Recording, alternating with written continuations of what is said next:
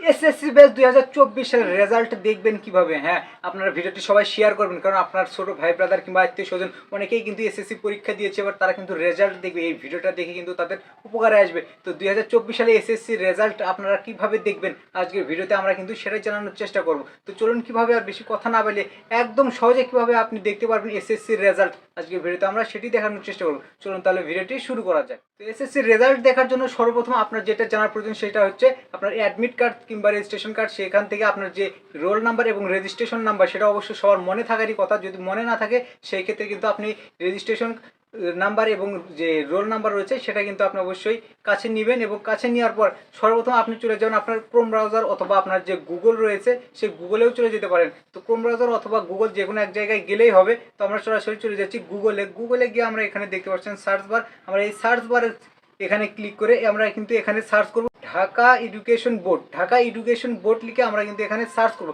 তো আপনি যে কোনো বোর্ডের হন না কেন, রাজশাহী, খুলনা, যে কোনো বিভাগের আপনি হন না কেন, আপনি কিন্তু ঢাকা এডুকেশন বোর্ড এটা লিখে সার্চ করবেন। এটা লিখে সার্চ করার পর দেখতে পাচ্ছেন এখানে ওয়েবসাইট চলে আসছে, এখানে আসবে কিংবা নিচে আরও অনেকগুলো ওয়েবসাইট আসবে। তো আপনি চাইলে সর্বপ্রথমে যেটা রয়েছে আপনি ঢাকা এডুকেশন বোর্ড আপনি এটাকেই দেখতে পারবেন। এই যে দেখতে পাচ্ছেন এই ওয়েবসাইটের উপরে আপনি ক্লিক করে দেবেন। এই ওয়েবসাইটের উপরে আপনি ক্লিক করে দেওয়ার পর এই যে দেখতে পাচ্ছেন ঢাকা এডুকেশন বোর্ড আপনার কিন্তু এখানে কিন্তু এই যে রয়েছে দেখতে পাচ্ছেন এখানে কিন্তু শো করেছে আমাদের এখানে আসার পর আপনি কিন্তু দুইটা জায়গা থেকে এখানে রেজাল্ট দেখতে পারবেন। একটা জায়গা আপনি এই যে দেখতে পাচ্ছেন, আপনি যদি একটু জুম করেন, এটা জুম করলে আসলে এখানে দেখতে পাচ্ছেন যে রেজাল্ট এয়ারশিপ আপনি কিন্তু এখান থেকে দেখতে পারেন। এবং আপনি এই যে একদম নিচে রয়েছে, নিচে যে রেজাল্ট এসএসসি রেজাল্ট আপনি কিন্তু এখান থেকেও দেখতে পারেন। তো আমরা এখান থেকে দেখবো না, আমরা সর্বপ্রথম এই যে দেখতে পাচ্ছেন সবার উপরে আমরা এখানে এই পেজে আসার পর ঢাকা এডুকেশন বোর্ড এটা লিখে সার্চ করার পর এই যে দেখতে পাচ্ছেন এরকম অপশন রয়েছে। আপনি কিন্তু এটা আসলে জুম করার পর এই যে দেখতে পাচ্ছেন রেজাল্ট অ্যাডশিপ আপনি কিন্তু এখানে ক্লিক করে দেবেন। এখানে ক্লিক করে দেওয়ার পর এই যে দেখতে পাচ্ছেন এরকম একটি ফর্ম আপনার সামনে ওপেন হয়ে যাবে। এই ফর্মে কিন্তু আপনি এই যে দেখতে পাচ্ছেন সব কিছু রয়েছে, এখানে কিন্তু লিখে সাবমিট করলে হয়ে যাবে। তাহলে চলুন আমরা দেখে নেই কীভাবে এখানে আর কি লিখে আপনি সার্চ করে আপনার রেজাল্ট দেখতে পারবেন। তো এখানে আসার পর এই যে দেখতে পাচ্ছেন সর্বপ্রথম এখানে কয়েকটি অপশন রয়েছে। এই দেখতে পাচ্ছেন সর্বপ্রথম এই অ্যারো বাটন, এখানে আপনি ক্লিক করবেন এক্সামিনেশন।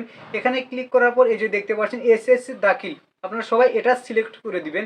এসএসসি দাখিল এই যে দেখতে পাচ্ছেন 3 নাম্বার, আপনি এটা সিলেক্ট করে দিবেন। এটা সিলেক্ট করে দেওয়ার পর এই যে এক্সামিনেশন এসএসসি দাখিল এটা সিলেক্ট করে দেওয়ার পর এই যে 2 নাম্বার যেটা রয়েছে ইয়ার, আপনি এই যে দেখতে পাচ্ছেন ইয়ার সিলেক্ট 1 আপনি কিন্তু এখানে ক্লিক করবেন। এখানে ক্লিক করার পর এই যে দেখতে পাচ্ছেন 2024 সাল কিন্তু চলে এসছে, কারণ রেজাল্ট দেখার কিন্তু আর 2-1 দিনের মধ্যেই কিন্তু রেজাল্টটি প্রকাশিত হবে। তো এই যে দেখতে পাচ্ছেন এই 2024 সাল এটার উপরে ক্লিক করে দিব। আমরা যেহেতু 2024 সালের রেজাল্ট দেখতে চাচ্ছি সেই জন্য 2024 সাল আমরা এখানে সিলেক্ট করে দিব।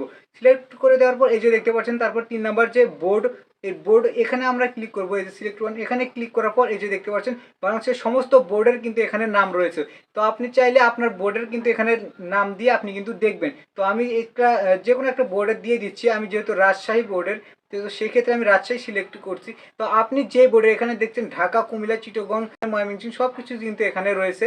আমি বাংলাদেশের প্রত্যেকটি এখানে কিন্তু বিভাগ রয়েছে। এই যে দেখছেন আমি রাজশাহী এখানে সিলেক্ট করে দিচ্ছি। আপনি যে বিভাগে থাকেন আপনি সেখানে সিলেক্ট করে দেবেন। এই যে দেখতে পাচ্ছেন আমি রাজশাহী সিলেক্ট করে দেওয়ার পর এই দেখতে তারপর কিন্তু এই যে দেখতে পাচ্ছেন রোল নাম্বার, এই যে দেখতে পাচ্ছেন ফাঁকা ঘর, এখানে আপনি ক্লিক করে রোল নাম্বার এই সোজা এখানে কিন্তু আপনার কিন্তু এই যে রোল নাম্বারের সোজা এখানে রোল নাম্বার লিখবেন।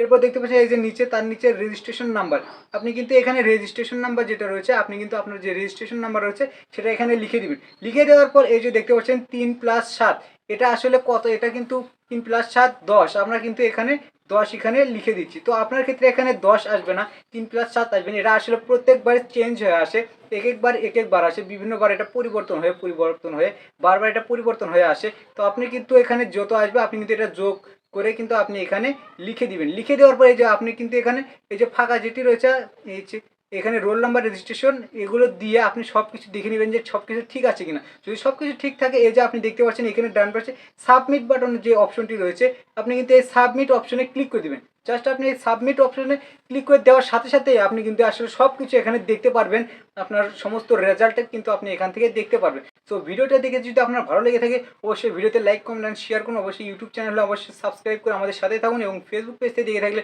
অবশ্যই ফলো করে আমাদের সাথেই থাকুন। ধন্যবাদ সবাইকে।